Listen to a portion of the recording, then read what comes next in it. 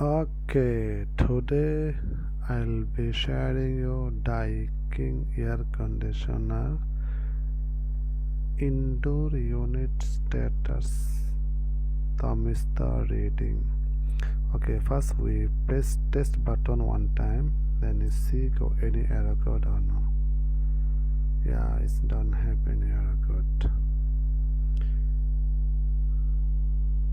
Okay, press test button and hold until the 00 coming.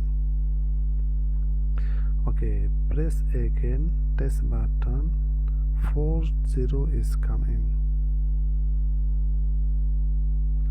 Okay, press temperature button one time, up, make 41. Okay, then press the timer button is one time, is return air.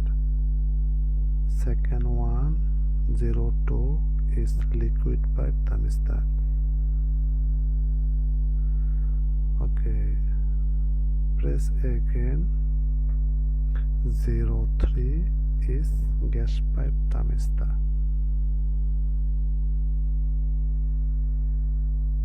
Thanks for watching.